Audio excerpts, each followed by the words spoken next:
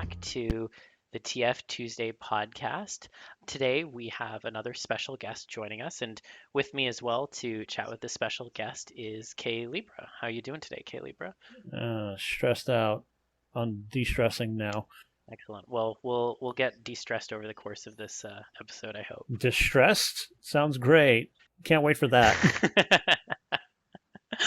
A constant state of mind. So yeah, I'm really excited to have our guest with us today. LoboLEO, would you like to introduce yourself? Hey, hello there. Yeah, LoboLEO is fine.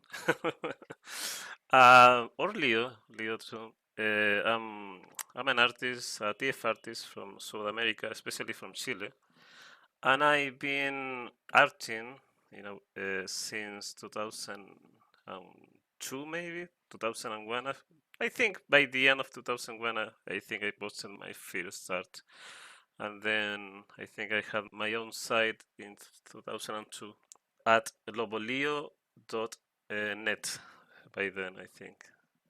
And yeah, I've been around for 2 decades. So yeah, English is my second language. I speak primarily Spanish, but I'm here regardless. We're really glad to have you on. Yeah.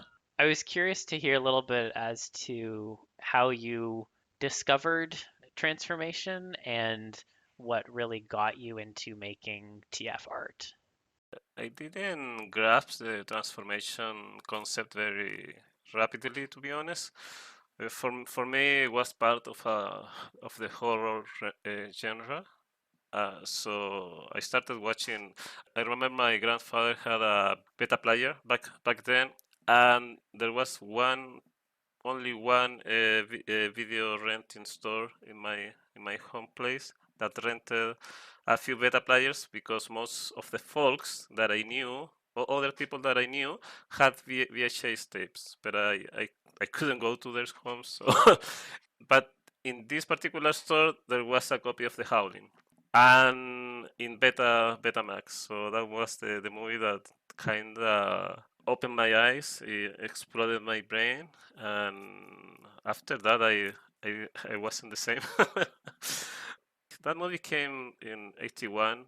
Maybe I saw that movie at the late '80s, maybe '86.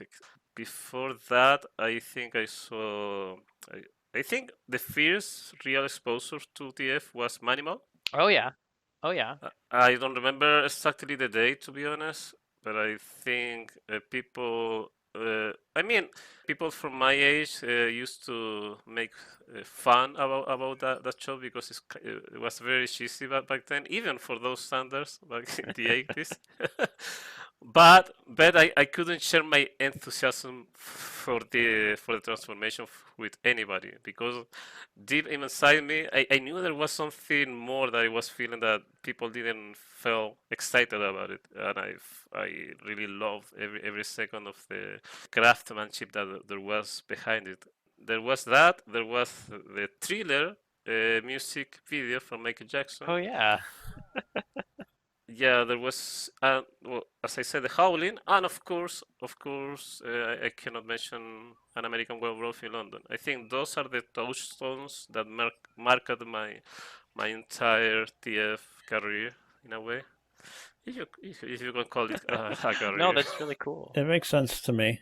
Yeah, those were the touchstones, to be honest. And from there, I think the later I find the Werewolf TV show from the 80s. Yeah. Yeah, all right. That's real cool. And it's funny because I would have, obviously American Werewolf in London is the most, evident thing that people could tell about your work, especially with, I remember the photo manipulation set that you made a long time ago. And it's fun to look at because it's almost shot for shot with your own, with a few of the things that obviously you wanted to see that you wouldn't have seen otherwise. And it's like, oh yeah, this is definitely your shit. But but there's got to be something else. And but yeah, there you go. You already made plenty of sense with that. Yeah, because I felt there was a very distinct style back then. Werewolves back then were all about horror, and I think there were no discussion beyond that. I think when it came to art, you had two distinct ways, I don't know, or styles. You have the fantasy settings that maybe Golden Wolf was very upfront with her art, and that was the artistic flair of the werewolf fandom, I say. But on the movies, on shows, it was all horror. I think you could say that to this day, but I think right now we are past that. I think it's funny enough that we have, I don't know, we have like the video games, and we have characters like in the newest game from software. You have the Oh, Blythe. yeah, and I've seen in the mainstream comments people being totally lewd. Oh yeah. I mean, about that character, and I think it's a different world right now from what it was there. I don't know. It's really funny when I look back from where everything came from, and I don't know. It's a fun place to be to be right now. Yeah, absolutely. All the people that grew up with this stuff are now, here we are. We're adults, and now, with the adults putting their own spin and tones on werewolves, the appreciation is going to change. And not that it hasn't already. When it comes to even like a character like Blythe, it's funny how people are just like, oh my god, I love him so much, and all I can think of, that's Guts. It's just Guts. Basically, yeah. People don't realize it. They make those connections very subconsciously. Yeah. Yeah. Oh yeah, absolutely. That inspiration is like evident in so many different pieces of media, and it's not always a conscious connection that people make when they're drawn into that stuff, but if you start looking for it, it's definitely there. So, in terms of, I guess, shifting focus a little bit to your art, I think a lot of people, myself included, would say that a lot of the werewolf content that you've made was really impactful, especially given it's been around for such a long time. So, I was interested in asking what your major influences were that kind of gave you your style or helped inspire your style. There definitely seems to be a anime and manga influence there, and so I was curious if there's any that stick out. Yeah. Well, I grew up in the. For me, when I say I grew up, I mean my early life from kids, so when I was 12, 15 years old, maybe.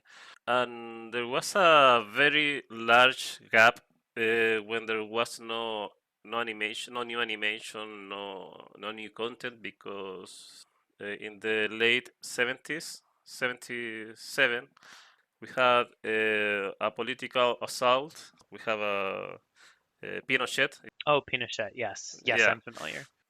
So we didn't have an influx of of new art. Everything related to art was very castrated for a long time.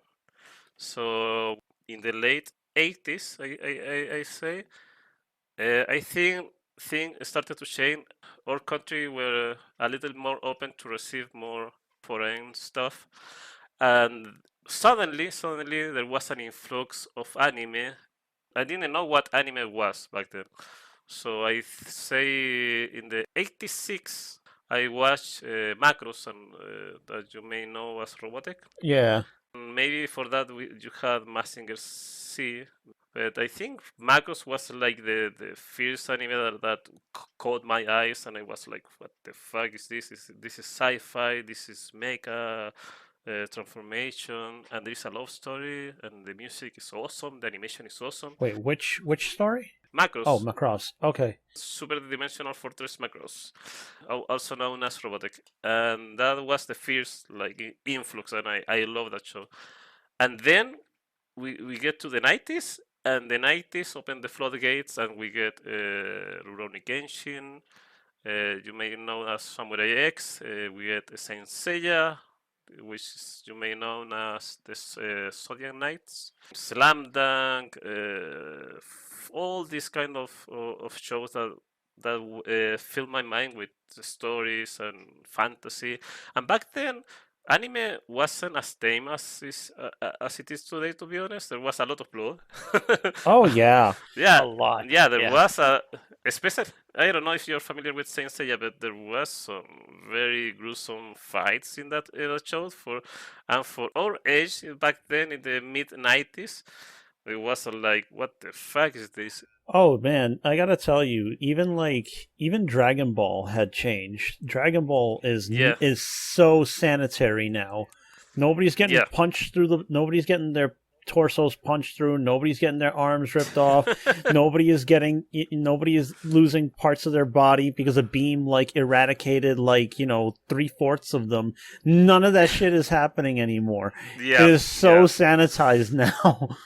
Back then it was I think there was a lot of passion, and you could tell by the lines of the there was another texture in those drawing back in the mid 90s. There was not still digital animation that Yes. that is very clean as it is. There's a grit to it. There's a grit to it that isn't here anymore, for the most part. Yeah, exactly. So yeah, but besides anime, I did read a few mangas. I had to do a lot of savings from my end to buy a few magazines that contain manga. I remember, I don't know if you are familiar with Video Gear from Video Gear and Dinia Square, which are mangas from Masakazu Katsura. I'm not sure if you're familiar with him. He also did Setman. His art is very specific because he that was the first mangaka that made it big in the romance category, where only shoujo and female artists could only get there.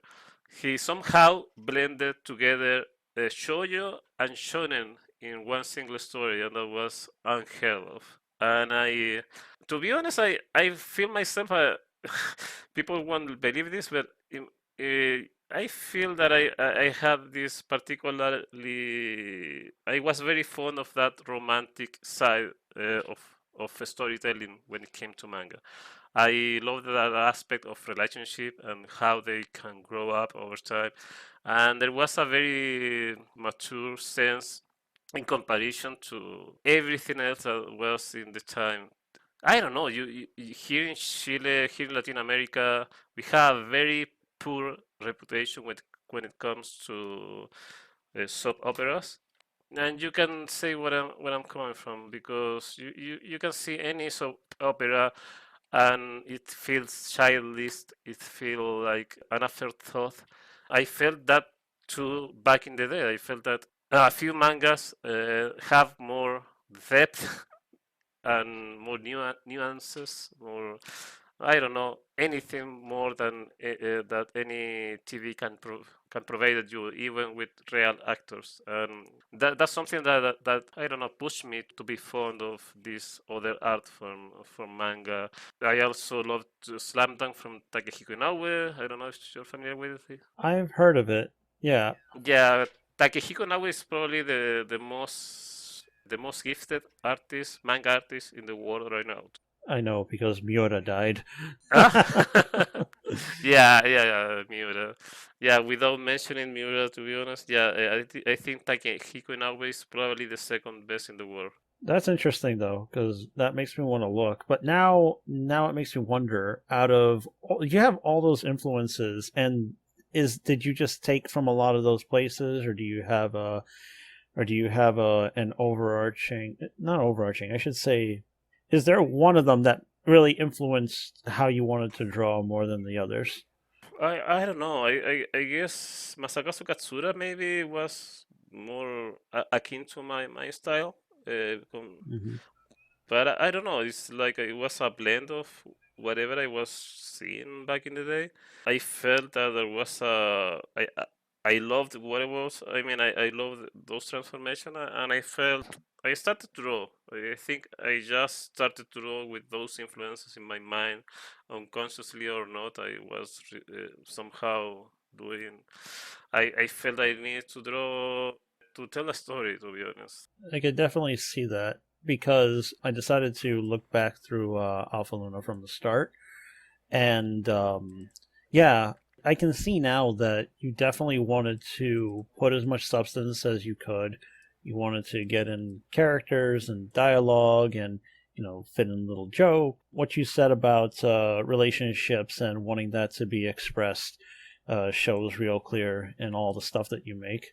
Yeah, the big attraction for many movies or werewolf movies was the transformation scene. But I really wanted to go beyond that and feel that this character. Uh, I wanted them to feel real, to be able to yeah, empathize with them and feel through them those emotions. But sadly, I miscalculated things. How do you mean? I Yeah, because being a mangaka when I started to publish Alpha Luna was in 2005, and I didn't have any experience at all. I just went with it. I remember watching a few webcomic series back then in 2005, and I saw I want to do that. I think I saw Shifters by Shadow Mist, and I think I was inspired by her dedication. And I told myself I needed to tell a story that I felt that was right. But I miscalculated because the amount of work that involved, I don't know if maybe because I have this reference, I wanted a specific style to come to life that I was very, I don't know if detailed was the word. I remember back then I had to study. I went to study in Santiago. It was 2 hour trips. I came back to work, and when I was at work, I was a computer lab teacher in a sense. I mean, not that teacher, more like the one that is in charge of that room. Oh, like a TA, a teaching assistant. Yeah, and I used that time to ink my art, to scan it, and to post it. Oh, that's Yeah. amazing. Yeah, and people sometimes would look over my shoulder and say, what is that? Is that is some kind of comic?" And I say, yeah, it's just something I'm doing. Oh, it's fascinating, and it would bring a smile to my face, to be honest, and it motivated to keep going. But I didn't know nothing. I still feel that I have so much to learn even today. But because I overestimated the time, the story, and where I wanted to take the story for and this character to, over time I was overwhelmed. I and I and I couldn't bring myself to continue for a long period of time. I had many hiatuses in between, but I learned quite a lot. Yeah, it looks like you did. Because even from your old work, I see now there's like a huge refinement in all the stuff you make, and yeah, that's good. I guess it looks like you became comfortable with the art you wanted to make, and now you're just making a better version of it. At least it seems that way. But there's Yeah. even like more tiny details, and you're varying with like a few other ideas and stuff, and seeing you break out of your comfort zone a few times too. Yeah, because I was experimenting quite a bit. It wasn't just the storytelling, because in the beginning I wasn't even writing my script. Halfway to the first chapter, I told myself, "What the fuck I'm doing? I need to write down this." Then I started to script everything up front. Then I was working with paper and pen and ink pens, and then by chapter 3 I moved to all digital, so I had to relearn my craft. Yeah, because then you have to coordinate your hand to the Yes. screen, and you have to make sure that your tablet is lined up with the screen so that your strokes make sense. So it's a pain Yeah. in the ass. But now it makes me think, because you were talking about having to script it. So I mean, you want to make a werewolf story, and you just listed Werewolf Media that had obviously its influence on you. So what really sparked Alpha Luna in particular, since that seems to be your baby? uh, because I didn't see any werewolves a female story. To be honest, I tried to look up for manga with werewolf female, and didn't find any. I think there was back then the only thing that was remotely close to it was a hentai by the name of La Blue Girl. Blue Girl. And it Yeah, is you're not exactly what you wanted, and it has that one scene that's really nice at the beginning, at least to me, and then it just kind of like, oh yeah, it doesn't get that good again, and yeah. and the design is kind of meh. And I had the transformation scene in my head because I obviously because of an American werewolf in London put you in the skin, in the bones of the transformation. You feel every fiber of the muscle changing, and there was anything like it in manga or anime. It's like anything back then, even today. I say when you see anime transformation, you see like plasticines, like rubber. Oh, like yeah, like it's not really happening to them.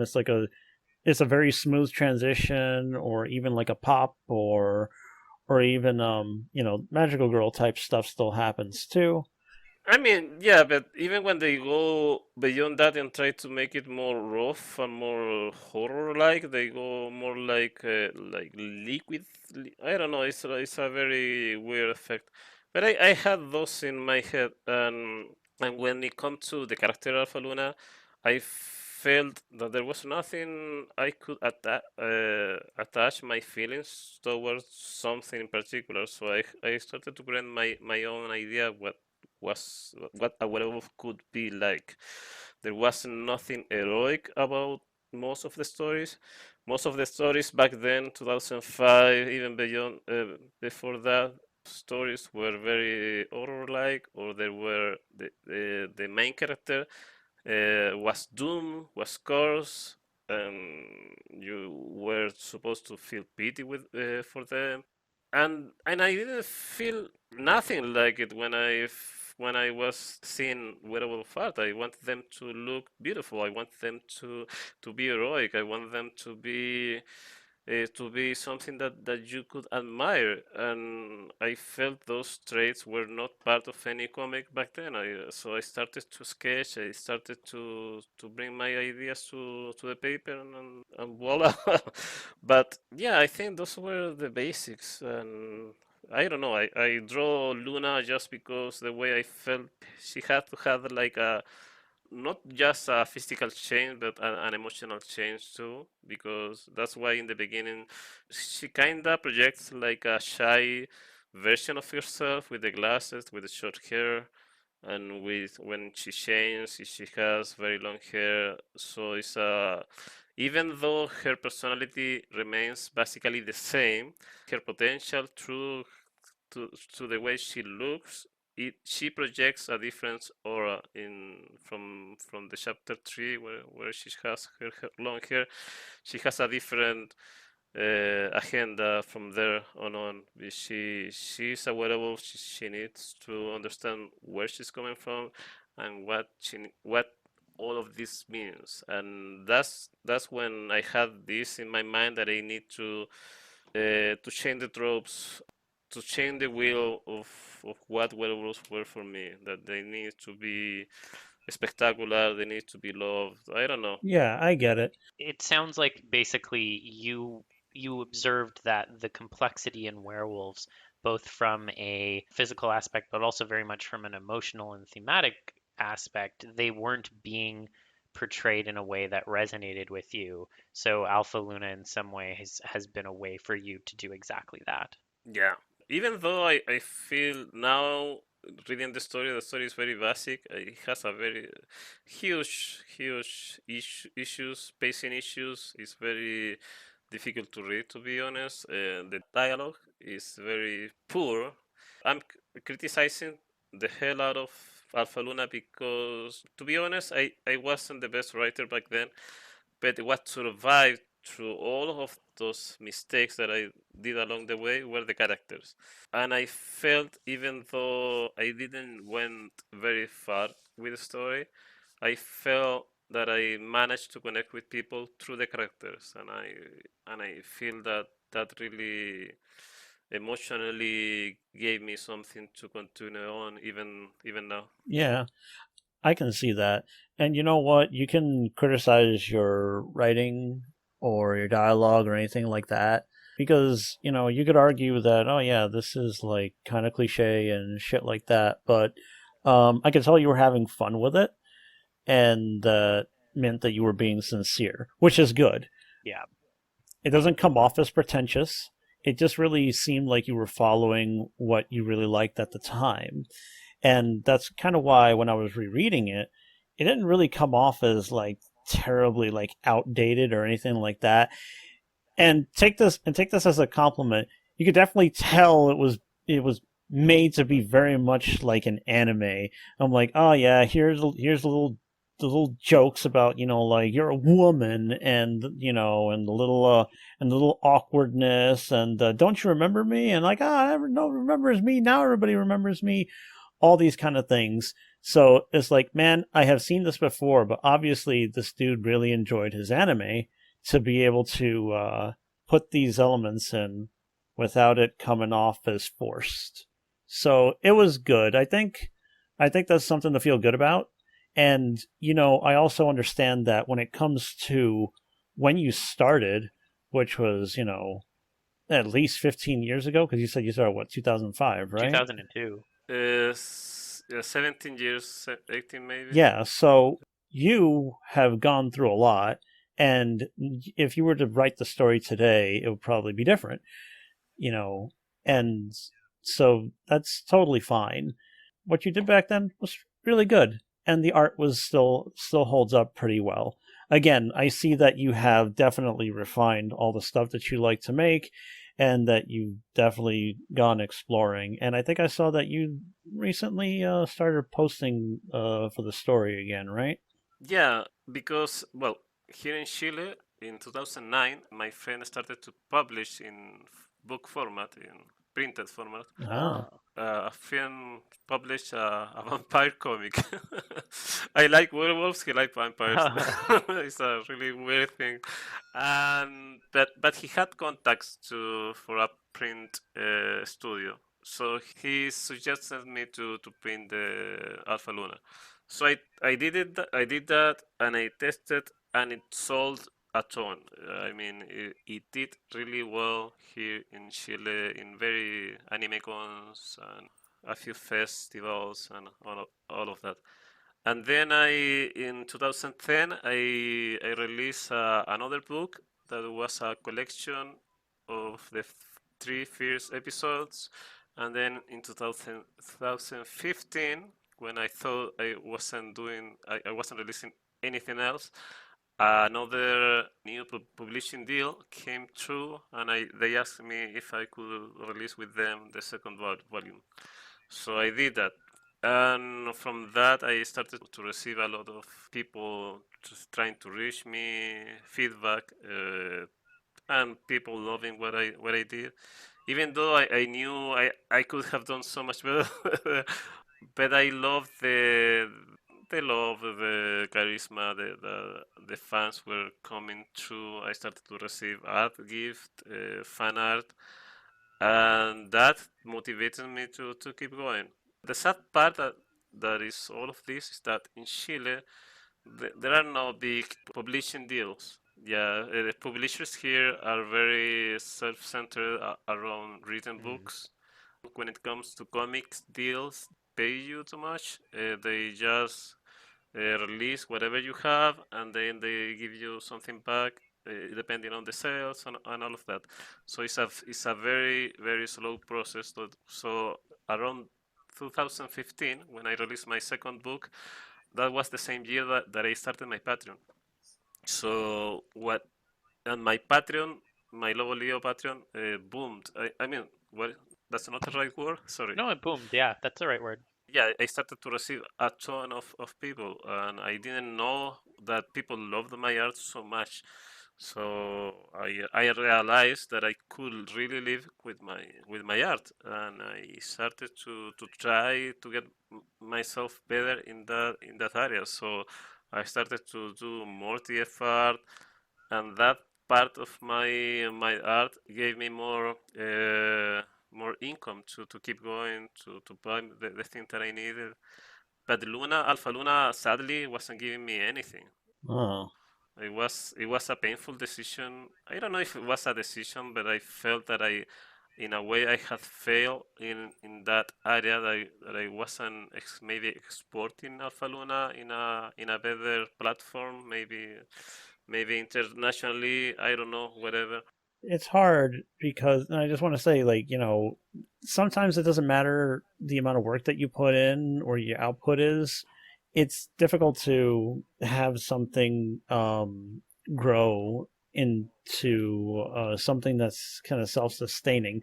It's really hard. Stuff that gets noticed, it takes a while, and everybody's got to get at least a little bit lucky.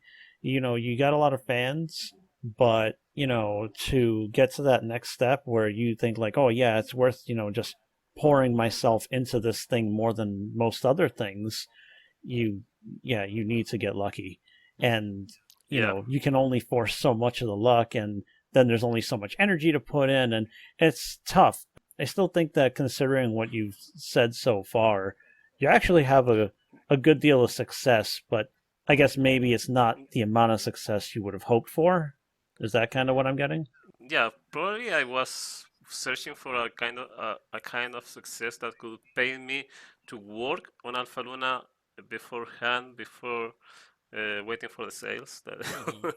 And that kind of deal that can only come through international pitching, and that's something that probably back then I couldn't afford, or maybe I wasn't prepared to do, or I felt intimidated to make another step. So part of it is my own fault. So in a way, I gravitated to focus on TF art because that was the income that was giving me all the opportunities to keep growing as an artist. But deep inside, I started to feel that I had failed to Alpha Luna. I started to feel that that I wasn't good enough, that I had wasted. And at the same time, I remember that I did the Alpha Luna Patreon that is still up, and right now is back working. And I don't know the comparison. LoboLEO has, I don't know, 80. I don't know if LoboLEO has 200 followers. Alpha Luna, my Patreon, had like 20. I think it's okay. I think because you got those two different Patreons, and I feel like if you didn't have the other ones, the other Patreon, that would probably have more people. So that's just the thing I think about. Yeah, it's a difficult thing when you have to manage different areas or different projects because you have to choose. It comes at times when you have to choose where do I put all my effort or my time, because something gives you a way to keep going, to grow up, and the other thing is just something that is value over time. That is difficult. It's not really easy. So anyway, if to make it short, there's a long hiatus after 2015. I think I did a few pages in 2017, and then in 2018, I think I did my last page and I stopped. And then COVID came, so I didn't, and I put my priorities in my real life work. I wasn't even arting at all for the past 3 years. I think I didn't art at all. And suddenly I get a call. They are still waiting. They tell me, "Hey, you still have the intention to release the third book? We still are open." I don't know. Something deep inside came to me, and I said, "Okay, I think I can give it a go." Besides, there is always that thing back in your spine.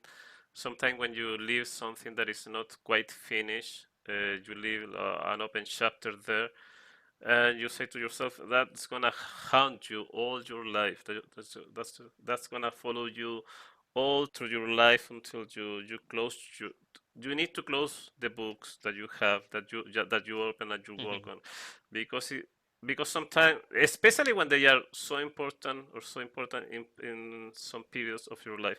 So that's something I'm doing right now. I'm drawing Alpha Luna again because I'm finishing chapter 5.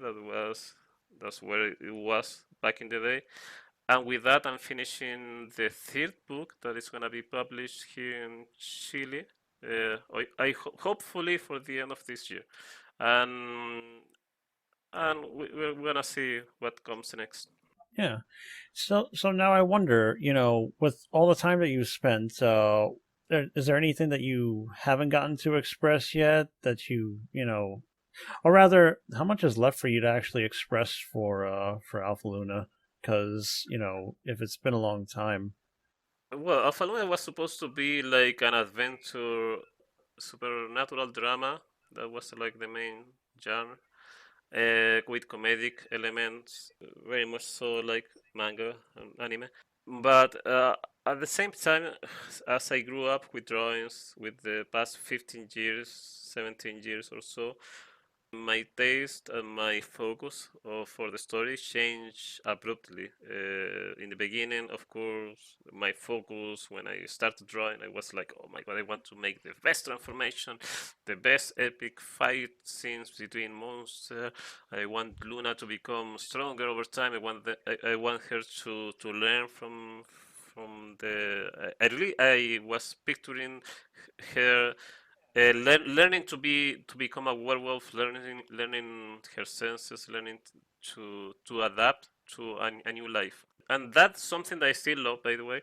But over time, all my love for the fighting, for the adventure, which diminished, and my focus was with the relationships and the characters. So that means that you were looking. So the things that you would pretty much be exploring now that you haven't gotten to touch on yet would be character driven stuff. Yeah, there was a moment that when people started to ask me for to make the side character Collie a werewolf, and I said this is a bad idea. This is a joke because supposedly Collie was supposed to represent the human life or side of Luna, whatever story she was going to path she was going to take. Collie was supposed to be the human side, while Fang was supposed to represent the werewolf life that was ahead of her. Yeah, I can see that. They're supposed to. It's definitely the foil that's supposed to play against one another. Yeah, but over time I gave in the idea. I did a special comic about Collie becoming a werewolf, a transformation comic, and I did it for fun. And when I did a comic, I felt so relieved, so unleashed on anything. It's like, okay, I guess I can do everything. I mean, there are no rules. It's true, there are no rules. Yeah, when I did that, I felt that I could explore a new aspect of this character that was supposed to be this way. But what happens when you use a character and you change her world, you change her status quo, and now you put it in another place, in another dilemma with Luna. So the relationship changes, but it's still interesting and it's still very much so the same character, and it's fun, it's exciting, and I realized that I was being a fool all this time. So I realized over time that you don't have to neglect certain ideas just because you are very focused on something, because if you're flexible enough, you can learn from other points of view all the time. So looking forward to Alpha Luna, yeah, the story is gonna come to a halt now. It's gonna come to an ending that is gonna be very much so an open. Don't make any expectations just in case. Save something for people to actually read and look forward to. Yeah, no, I'm not gonna spoil. I'm not gonna spoil, but I don't want to disappoint either. I'm just saying that I'm just looking for an open ending. in a way that is satisfying, that can satisfy a part of the people that follow me all this time. Yeah. Beyond that, the nail in the coffin of Alpha Luna for this year is not totally done. I have something more planned. So when you say what else is up from, that is in the future, and I can see a way for Alpha Luna to keep going, to reinvent herself. I see a way to do it. It's not something like I feel comfortably being open right now, because it's something I'm working on. Let's say it's kind of a reboot, maybe. I don't know, but but but someday I'm gonna very much explain it, and I'm working on it. Yeah, that's So fine. It's going to take a while anyway. I want to switch gears because there is like one question that's dogged me a little bit because I remember finding your stuff and I really liked it and I'm like, man, does he only like werewolves? Is there any other kind of like monster or creature thing that you actually like to do, or is that really your only interest? well, the easy answer would be dogs, but to be honest, Nice. Very that similar. yeah, no. To be honest, it's probably not dogs, because why you're gonna do dogs when you have wolves? It's like, Yeah, it's just the inferior option. yeah, because I think there are caveats. I don't know if that's the correct word. That comes with something. If you say dogs, a TF dogs, what the caveat that comes with that is like being dominated, or being like a pet, or being something like that. If you follow me. Yeah. When you say a werewolf, what comes with it? You say wilderness. I don't know, freedom, being wild, more. I don't know. You like freedom and power pretty Yeah, much. yeah. And the wolf is really your only thing for that. Not really. It's not like I oppose to other creatures. I think lions I like really much so. To be honest, I feel they are perfect for my tests. It's like people just ask me what I do. O sea, some people, most of the time I receive commissions that are comfortably for me, but I don't refuse when people challenge me. To be honest, I just did an Antro Dragon not so long ago. I have done a few Chimera, which are very canine, with felines, with dragons. So wait a minute, that's the reason I asked, because there's a bunch of stuff that I have done for a commission, will probably do again, and it's because I feel like it's something that I can just, I'll do it, sure, but there's no real motivation for me to do it on my own, so that's why I'm asking you specifically about your interest. Yes, yeah. If someone asks me to do something that is kinda outside of my comfort zone, I would say yes. I can try it. I'm gonna try my best, and I'm gonna try to deliver it. But it's not something that comes from me naturally. It's not like I'm gonna come. Okay, I'm gonna. Oh, okay, this day, this is Monday. Okay, Monday, I feel like trying a lion. No, that doesn't come to me. I have so many projects right now.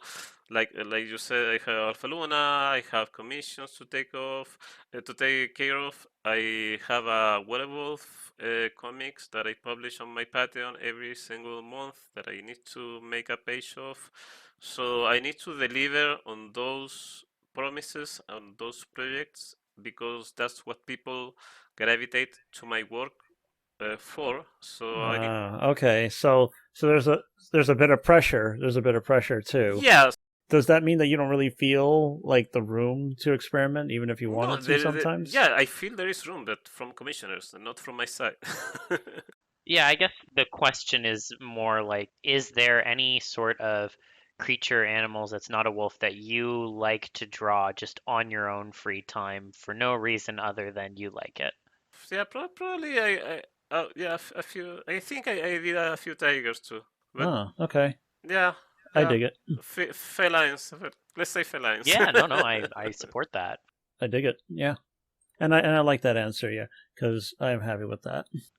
So, one of the things I kind of wanted to ask as well is a lot of the time we focus on English speaking media within transformation spaces online, but there's a lot of TF content that exists in all cultures. So I was curious, to kind of see how is transformation viewed in Chile? Like, is there a specific or unique tone around the themes in transformation in the media from your country?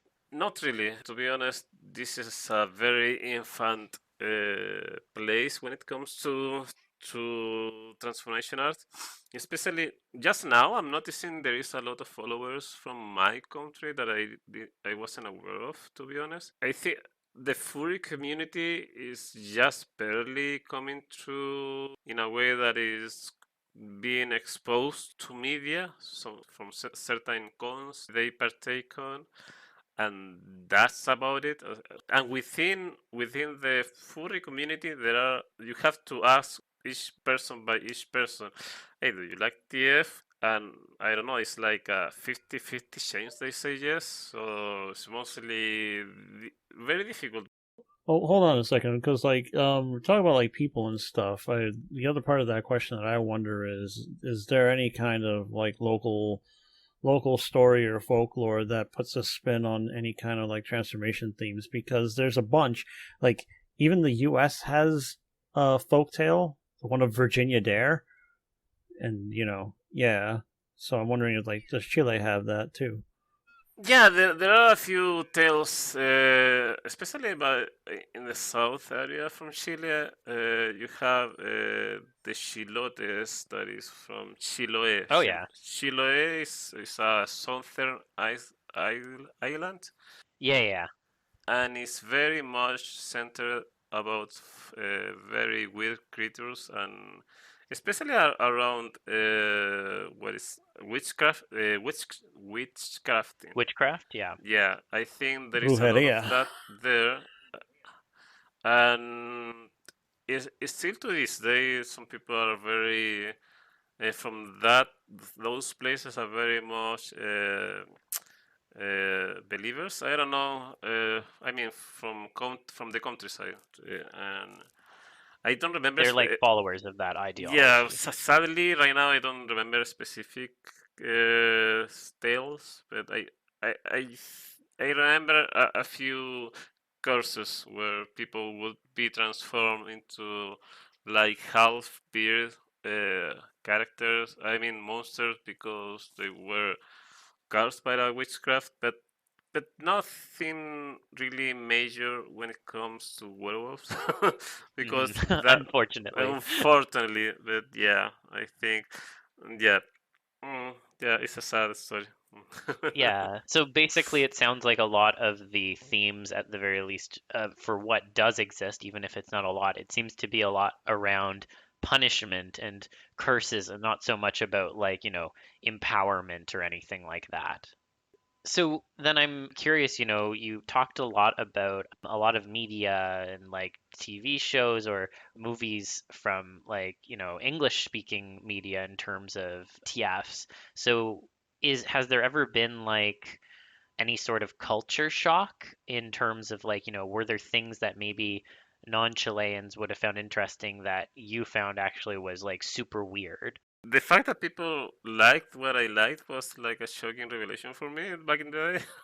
It's like, wow, people really dig this stuff. I don't know. I don't know. I think it came slowly to me that there was an open expression about fetish that wasn't for I don't know, for Latin American and maybe for more people that feel very reluctant to open themselves up and to say, yeah, I like this fetish, because fetish is very much so a taboo.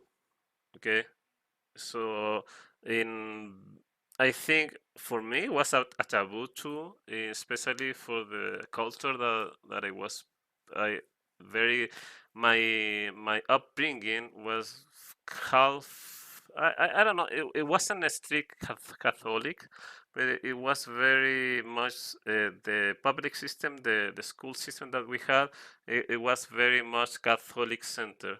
Um, so anything related, it was very much uh, bad looked. I don't know what's the word. So yeah, so when I came to the realization through the media, through websites, that fetish was a very thing that you can explore.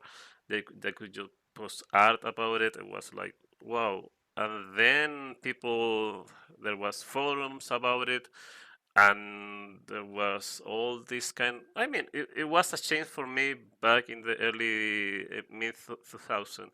Now down the line, I could say, I don't know, maybe people people right now, um, they put themselves open to photomorphs, something that is very detailed. I don't know. Well, they, I don't know. I wouldn't do that because I felt very self-conscious about my own body. So I admire those people. So I don't know. You have Rose Crowley, if you know. She does an amazing. Oh yeah, yeah, Rose Crawley, yeah. Yeah, Rose Crowley. People that make that step to record themselves, to go through the process of making like a studio, make a job out of this very niche, very this underground world that we live, that is part of the TF community. And the TF community in in itself, it's underground and part of the furry community. So all of that combined is like, when I came to all that realization that that you could make your own thing, your own world, out of the people that love your craft. That opened my eyes, and I started to see things in a new light, in a very positive light. And when you realize that you're not alone, that you can contribute to this craft, to this art, and people consider your art like a craftsmanship in a way, you realize that you are very much loved, even though you are sharing something very personal and very much, I don't know. Revealing. It's a very vulnerable Yeah, thing to express, even when yeah, because all of us, okay, for better or worse, we're all coming real open with the fucking things that we want to see. Like, oh yeah, this is a thing we're into.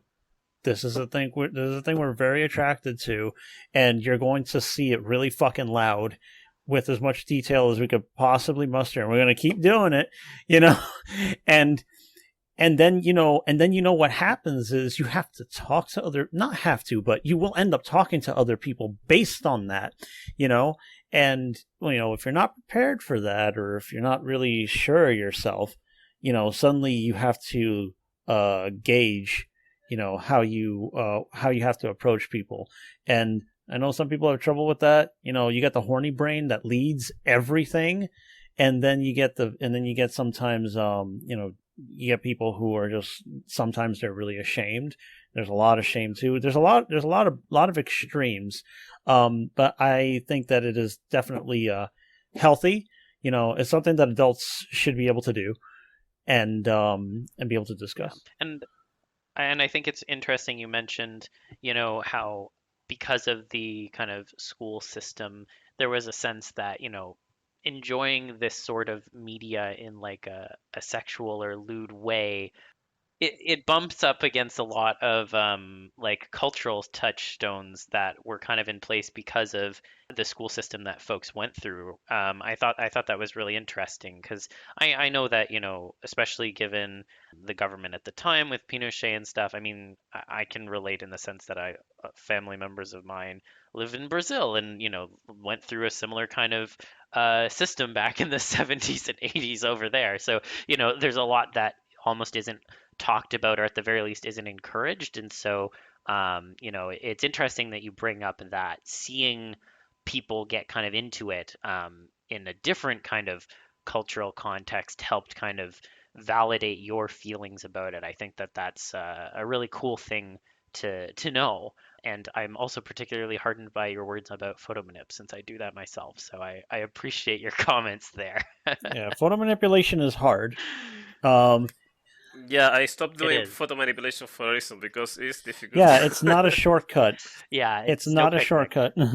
Yeah, so people know because why I stopped, by the way, is because I was very picky, and I needed this angle, this other shot, and I gave up. I couldn't afford to have someone sharing pictures with me. I felt very, and back then I'm talking about 10 years ago when I did my last photo manipulation, maybe I felt really bad asking to people, hey, can you share me your nude picture of this pose or that?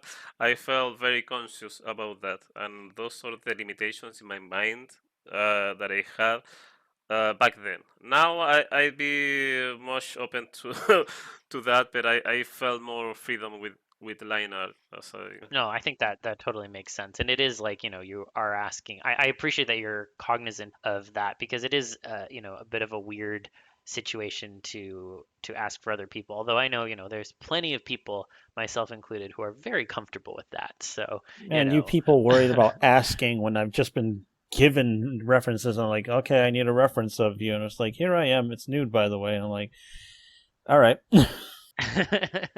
yeah, I mean, I appreciate when people at least say that Oh, in advance. okay. When I started to take commissions, I remember to keep in mind one very important thing, and that is I expected to see someone naked at some point for some reason, and that I, essentially, would be like a doctor. Whatever this is, it's all going to be very clinical, and it's going to just be purely utilitarian. But I have seen as I know I'm acting like I've seen like a bunch, but I've definitely seen more than I expected. Just be like, all right, I'm gonna need a reference of you. And by the way, if it is, you have to tell me beforehand that that it's gonna be like you in the nude or something. And they just opt for that, and I'm like, okay, here we are.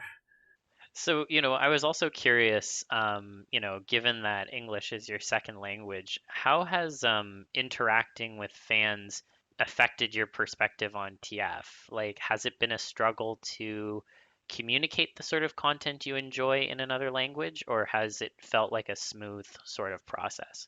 No, no. The most difficult part was for me talking. Writing it down. I think it was kind of easy. You always have the luxury of having an online translator or even a dictionary. So I didn't even I didn't have an issue with communicating with people when they did a commission. Maybe in their early days, to be honest, just at the beginning. But but what maybe limited my capacity in terms of English, it was about the idea of being part of something, of a community. I never felt like being part of the TF community in a sense for many years.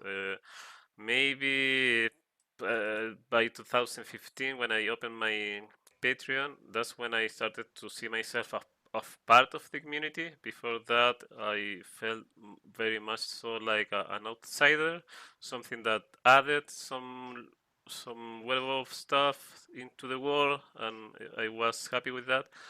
But I realized I think I tried a few forums back in the day, but I realized there was not a sense of community.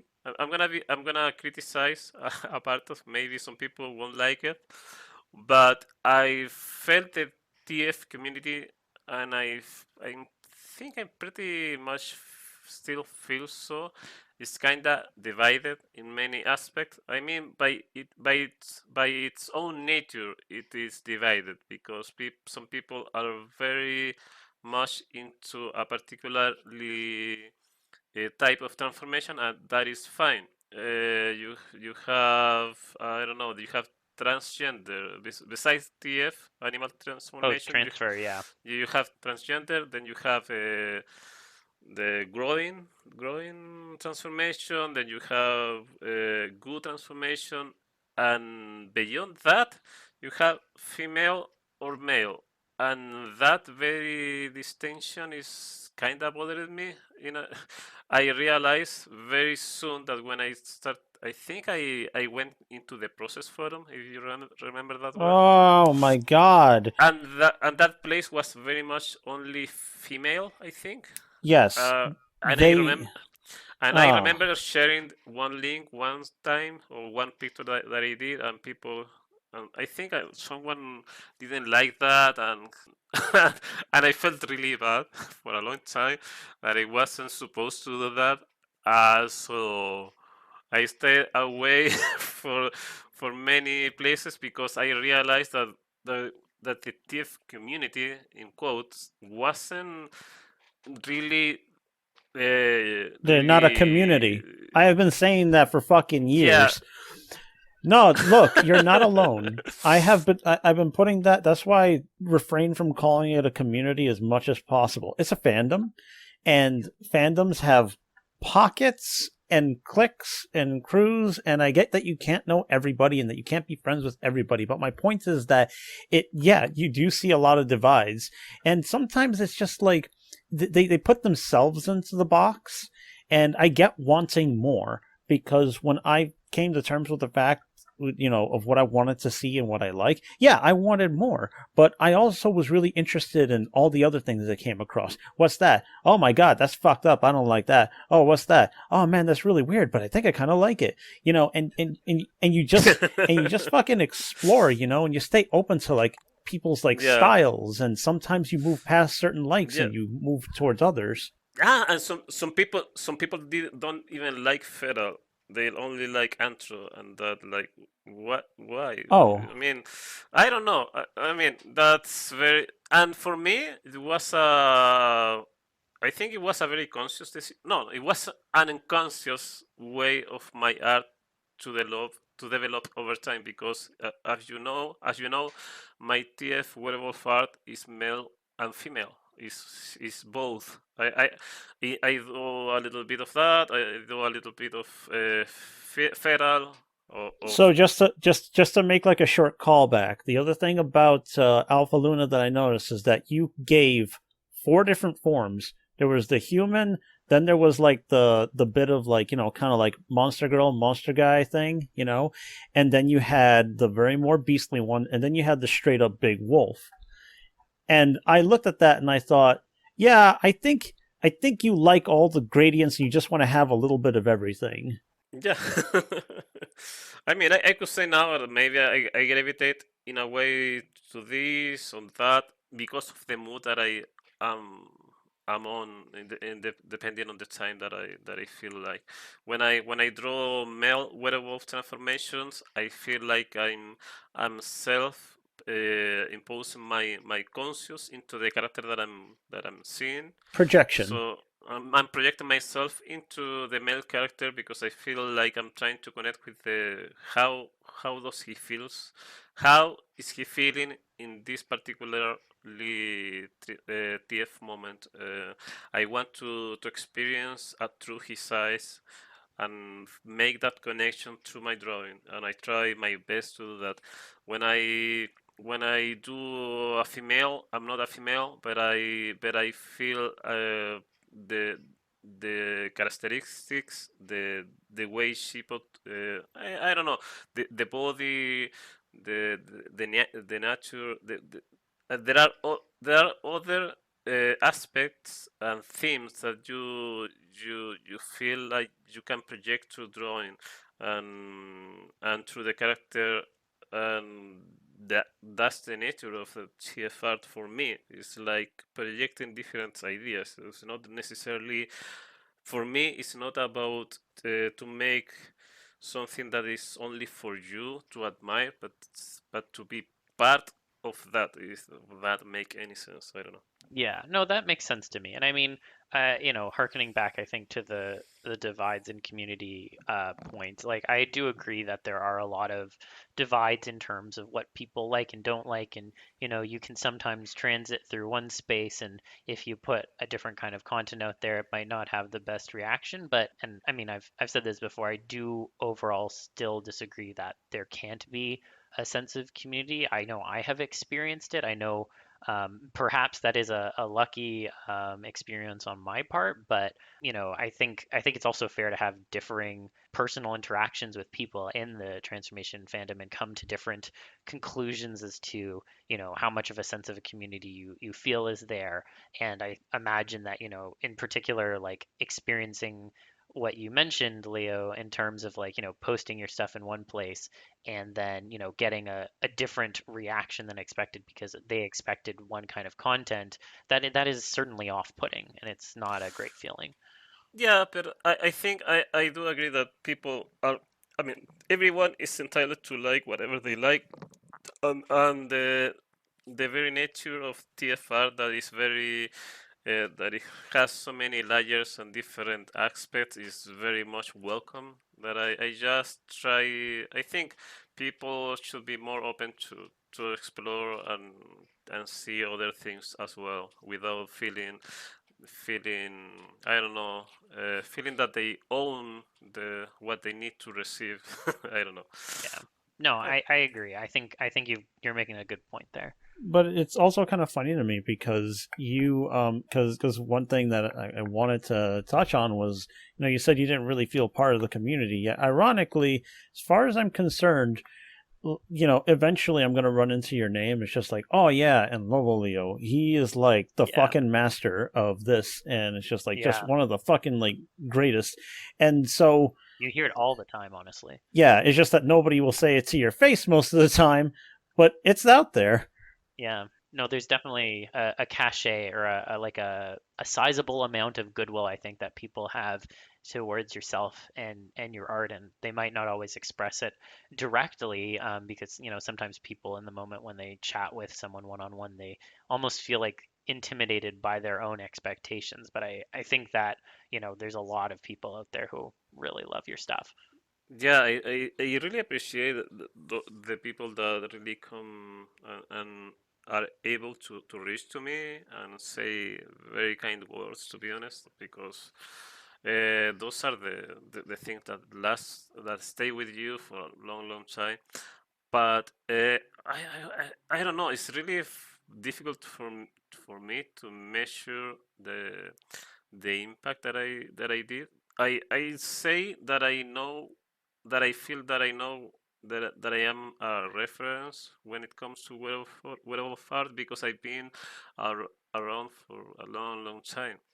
But I know from here on out, in 20 years from now, other people are gonna be the reference of werewolf art. Right now, I'm seeing the astonishing, amazing art of Liminal Bean, for example, Viergacht, I don't know, even Dog Blood, people that are very, very talented. So I felt that I did contribute right now. I mean, I did contribute 20 years ago to something that was very much my own, that was my blend of manga and werewolf TF that wasn't that maybe there was a void there, and I felt that I connected with those people that had the same taste that I had, and I love that connection. I love that people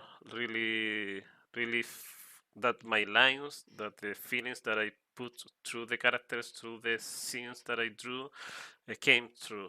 I can be more thankful for that.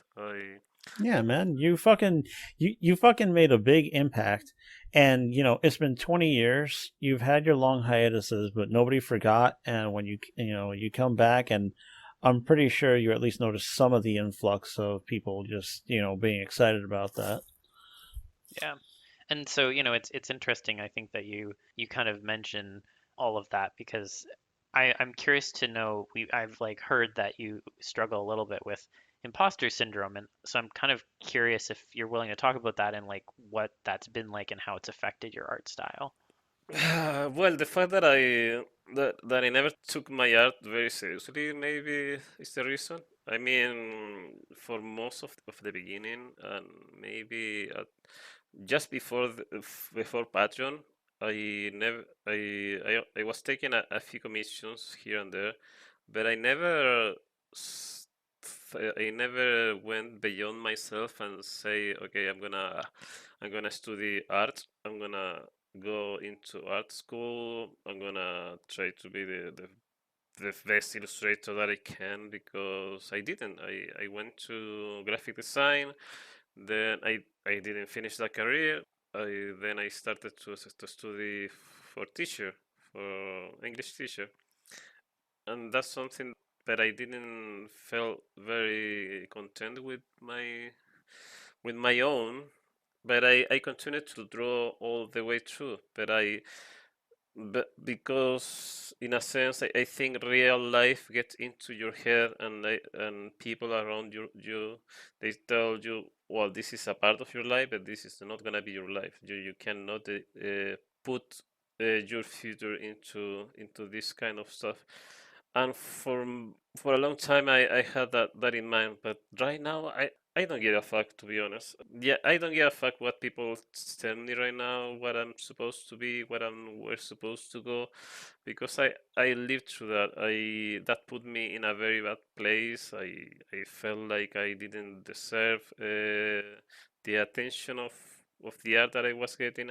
I didn't feel that my art was good enough. But to be honest, I know I'm not better than many artists out there. I think I'm fairly competent in my craft, in my style, and I think that is more important than anything else. And this is from the bottom of my heart to anyone else that feel the same, that feel that they are not good enough. It is not important. It is important in the end is that your art comes through in a way that you put your feelings out there through your drawings, to whatever craft you're making, because this is something I said before to someone, that inspiration can come through whatever. It doesn't have to come from fine art, from the more spectacular thing that someone built, or this amazing drawing that took forever and it's shiny. No, inspiration can come from anything, from a crappy drawing, from a sketch, from an idea, from a story, except that something did, from a fanfic. And I have gotten that. I felt that inspiration. I feel that now. I'm really grateful that somehow my art was capable of doing that for several folks out there, and I don't feel that bad about my craft anymore. I know my limits. I know that I'm very slow. I'm very bad with anatomy, but I struggle a lot. I take my time. I'm not Did you say you're as flat with anatomy? I'm no, I'm really bad, You're bad with slow. it? Oh, Yeah, I have my issues with it, and I take a very long time to make certain things work, and in comparison to other people. But that's something that I have learned to come to a mindset that is not about how other people perform. It's about what you gain in each step that you do, what you learn from each step that you do.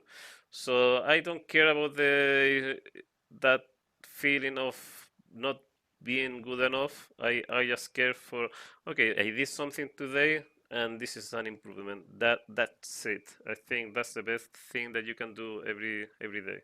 I don't know. Hmm. well, it's healthy mindset. I'm working on it. Yeah. And I will say it definitely doesn't come across to me like you don't have a good grasp of anatomy, because I think some of the pieces you've done actually have very detailed stuff on that front. Yeah, So but they take a long time. That's the yeah, thing. People often forget that some people they really struggle with some drawings, and they don't see the process behind it, so they only see the result. So yeah. But thanks again. it sounds like in terms of the process that you've kind of gone through emotionally with grappling with that feeling and then kind of coming to a place where you don't worry as much anymore about, oh, that feeling of maybe not feeling good enough. So how does it feel then when people kind of put you on a pedestal when it comes to werewolf transformations? Like, does it make you feel strange at all, or does it make you happy? Right now, I don't know. I say I'm really supportive about the people that come to me and they express their feelings. I try to be positive while they behave because there are some Oh. people that, yeah, there are some people that don't that don't know how to properly communicate communicate, and they don't realize that some people well, I'm not gonna go into that detail, but yeah, I love the people that come to me and they appreciate my work, but I really encourage people to don't limit the reviews to one thing, to one style. Mine is one style of many, of hundreds of there, and they need they don't have to make the mistake that I did. That is what I just focus on doing line art and storytelling for a long time, when I should be when I should have made myself try to learn new techniques, No, no, no, no. painting, Wait, hold made. on a second. It's if you're gonna make that kind of statement, if you're gonna make that kind of statement, that's actually you being not so good to yourself. That's the kind of thing that puts me in really bad mindsets. The should Why? statements. Why? Because when I think about all the time that I spent not doing something, it gets really depressing. It's the sort of thing that you know that whole thing about being happy that you did something that day. Yeah, fuck that. That doesn't matter because of all the time I didn't spend doing something. No, no, no, no. What I'm trying to say basically is that you don't have to focus on. I mean, you don't have to only see one style. No, I understand that. I got that part. It's just I guess I'm just directing your attitude towards yourself that that seemed to come out, which was you think that you should have been practicing other styles or learning other things, but you know you're I mean, it seems like you're doing something conscious. If you want to try something new, by all means, I think that would be really exciting to see. But I will. I will. I if will. you but if you give me the should, you give me the should, then that's just gonna kind of make me think, oh yeah, you kind of feel bad that you didn't. You don't really need to. All right. That's one another reason I'm gonna bring it up again. It's important to say that your work, despite being essentially the same style, has grown. You know, even the way you color has grown. Everything has evolved. So, despite it being essentially the same, it is a much improved version, or at least just like I said, it still has its own differences. One day, I don't know, try fucking lineless. Try anything you want. Do it like one time. But, I don't think it's possible for you to say, yeah, I'm happy I did something one day, and now you're being like, man, I should have tried to learn a bunch of other styles. That's a lot of fucking work too. And that's in between your like hiatuses and the struggles with with your life and, fucking social upheaval. Are you Yeah. fucking kidding me? I should have spent time learning other styles. Come on. No, no. Yeah. Maybe what I'm trying to say too is that this is like an advice for people that are trying to figure out what to do beyond or what they should focus on something, and Hmm. that's totally fine.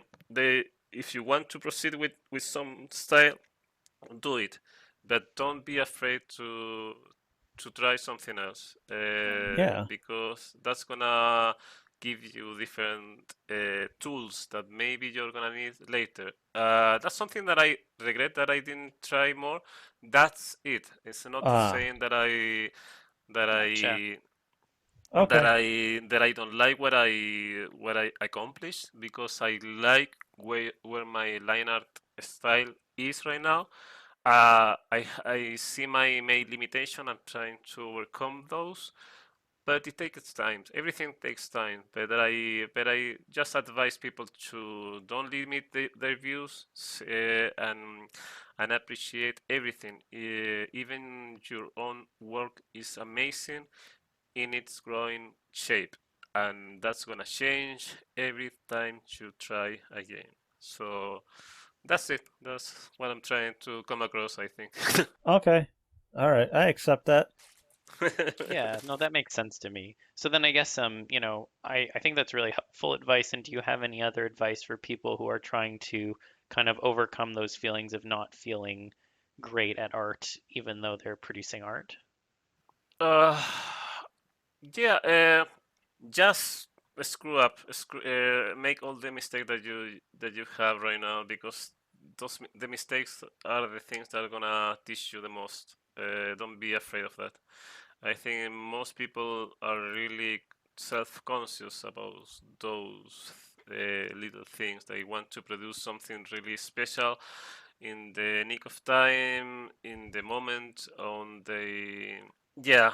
So don't worry. Just don't give a fuck. Just draw. That's my 2 cents.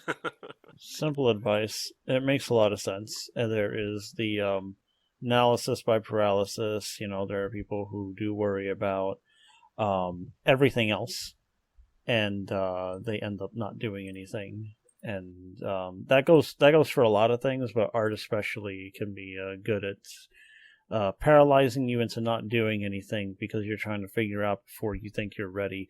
And I've been caught in that trap plenty of times. But yeah, man, I think what you have to say is good. It is simple. You can always have conversations with people about that, but I am glad to know that you encourage people to appreciate their journey with it and to be honest and sincere with your expressions. And I hope that people take away from this like portion of our episode, the fact that everyone starts somewhere.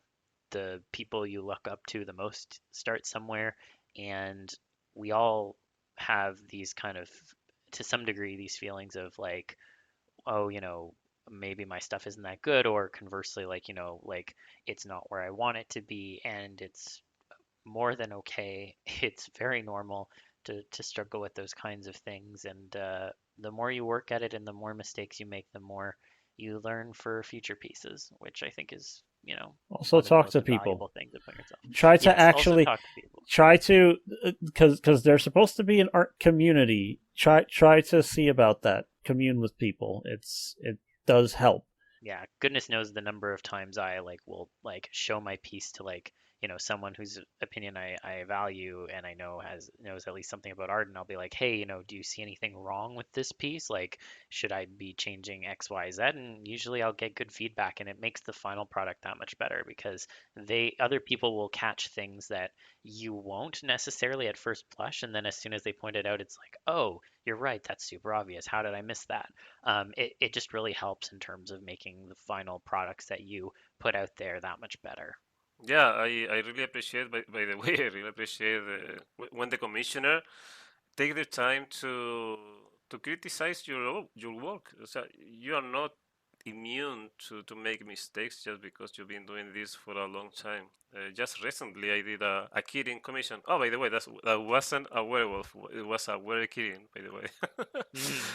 And I did for Nandel, and this person really gave me like the best critics. Like this could be that way, and made the final product 10 times better. So yeah, I really appreciate those. No, that's awesome. That Yeah. So I think that was all the questions that we had. Did you have any questions for us? I don't know. I mean, maybe I should give a shout out to the people that are kinda around me when it comes to the art. Sure. Yeah, right now I'm at Discord. I have my own server in a way. Because well, I never felt like having my own server, to be honest, because that was like a ton of work. I never felt like very passionate about having I didn't want them. I didn't want that server to be called by my name. So I was invited to the Werewolf Preservation Society that is run by a few good people, Sinfal, Russia, 90, and Exen. So a shout out for them. The Werewolf Preservation Society. I think you can look it up in Discord and find it maybe. Yeah, you can talk to me there.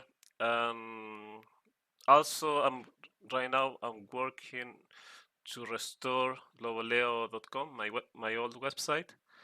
And yeah, actually this week I've been trying to rebuild the gallery and post new art.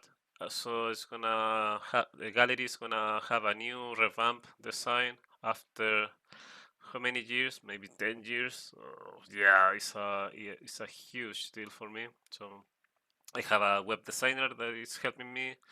That is Josh. So I appreciate on there. So I'm doing all of that, and the Patreon, LoboLEO, and also Alpha Luna. So all of that, doing, working, arting, fun stuff.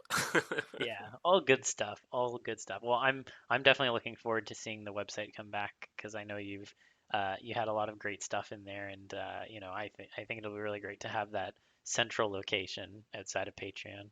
Yeah, because it's kind of difficult to find all the TF art that there is around nowadays because most people have moved to Patreon, or there is no single good gallery, to be honest. You have legacy sites such as for Affinity, but uploading but most people that are still use that gallery is because they are very famous furry artists. For me, it didn't quite work. I was very slow there. And Twitter doesn't has probably the worst gallery that you could ask for. That's not a gallery. What you do that for is to get your galleries noticed in the first place. Yeah, so I don't know. Yeah, it's very kind of. You have Discord mostly nowadays, and that's about it. I don't know.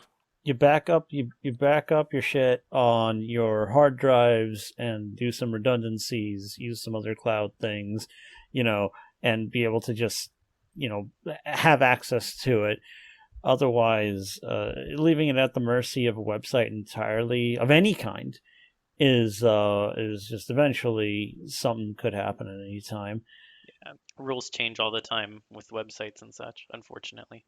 And not to mention, it's hard because you do want to share things there, but everything's fickle, no matter how long something lasts, and it's just kind of a trade off. It's why we have to be able to keep track of our own stuff and I guess spread it around however we want. I kind of miss the days when you had only websites and a web ring, a TIFF web ring.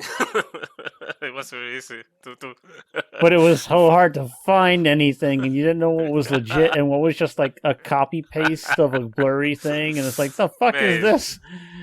What do you Yeah, you're right. What do you mean this is just a thumbnail? When I click it, it's just a thumbnail again. Yeah, yeah. It's a different world that 15 years ago, to be honest. Not all that bad though. It's there are a lot of things that are better, and it is cool that I have learned to find a bunch of other things. Yeah, I don't know. What else? You want to ask me something? I don't know. I'm kind of thinking about it. I feel like you have covered a lot of yourself. You've been very open, and it's been really cool of you how comfortable you've been just talking about yourself, what you think, what you want to do, and yeah, just pretty good. I guess just thinking about it for a second. Yeah, I guess the only other thing I would want to know is how it affected your in-person stuff. But it looks like, yeah, you've gone over a lot of things. You've talked about how it affected you in your life directly. You've published some of your work. That means that people at least have an indication of some of the stuff that you really enjoy, and people just know that on your face. And That's cool. It definitely has changed your life, which is something that I want to know about, and in bigger ways than I would have ever thought. So, yeah, excellent. Moving forward, I think what I can say to before we finish is that I think I'm finally in terms with who I am and what I can provide. It's been really difficult for the past few years that I have taken many hiatuses, and think I'm very Infamous, yeah. infamous because of that. Uh, but I have come to terms with what I can make and what I can make and how much I can work with. And I think I'm in a phase of my life. I'm getting to my mid 40s, so so I know where I want to take my art to. So I think I'm gonna be around until my health provides me, so people know Mhm. that I'm gonna be here for a while. And just reach to me on Twitter. I have my primary contact place for those who are not part of the Discord. So yeah, I'm gonna be doing more werewolf as long as I can. I guess I don't know. No, that's really good to hear, and I really am glad you were able to come on the podcast. It was really nice having you here, and really appreciate you taking the time to chat with us today. Yeah, man. Thanks a lot. Yeah, thanks Libra for inviting me. Thanks Sil for being an amazing guest. Oh, thank you. Amazing. Well, thank you so much, everyone, for listening to this week's episode. We didn't have any audience questions this time, but just a reminder to either leave comments or even tweet questions at us if you use the hashtag TFTuesday Pod. You can use that as a way if you don't want to just comment directly under episodes through YouTube or Twitter. So feel free to tweet at us with that hashtag, and we'll have more audience questions in the future for other episodes. But for the time being, I hope y'all have a great week and stay TFy. Yeah, keep an open mind. Do what Leo said. We can be friends, Leo. Yeah, Stay open minded about that. yeah, stay Of course. open-minded. Thanks, everyone.